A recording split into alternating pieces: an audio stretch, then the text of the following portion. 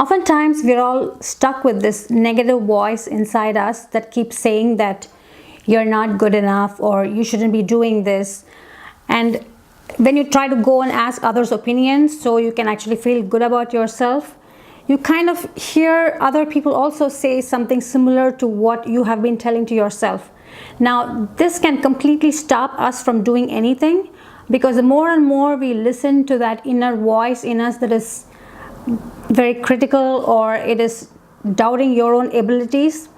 Now, I'm sure pretty much every one of us have this at some point in our lives, because when we are starting something or when we are trying something new, this self-doubting voice is going to just come up and say, are you really sure that you should be doing this, or are you good enough? And others, when you ask someone else's opinion, they're going to kind of come up with their own version of, maybe you should be trying this, or maybe you should not be doing this.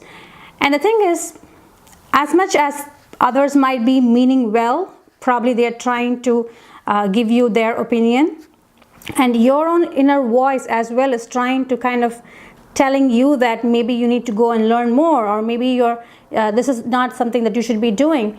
But the thing is, if you are going to listen to that, you will never get started in anything. So anything we try new, something, when you're out putting yourself out there and you're trying something new, this self-doubting voice, if you're going to constantly listen to this, it's going to stop you from taking action.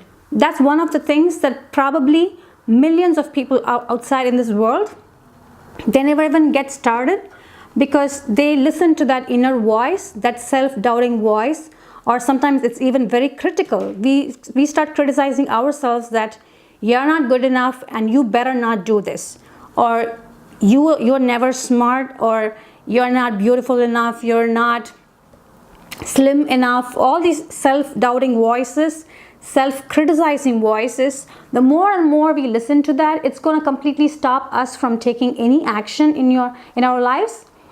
So if you're in a place where you're stuck with this negative self-doubting voice or criticizing voice, the first thing you have to do is do something that makes you happy, just for the heck of it. The more and more you try to do something just for taking an action, you're going to get out of this fearful mode, because self-doubt is nothing but it's just keeping you stuck in that fearful mode. It's just trying to protect you. But it's all about taking action. Unless you take action, you're not going to get anything done in life ever. So the best thing is just go do it. The first time you do it, it's not going to be good, and you're going to tell yourself, yeah, I thought so, I'm not so good with this. But the second time, it might get better. Third, fourth time, you start getting better at it. And when I started filming videos, that's one of the things that I was stuck with, that I'm not good enough, or I cannot do this.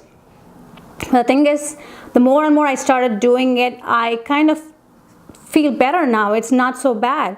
And I know that the more and more I do this, I'm going to get better at this.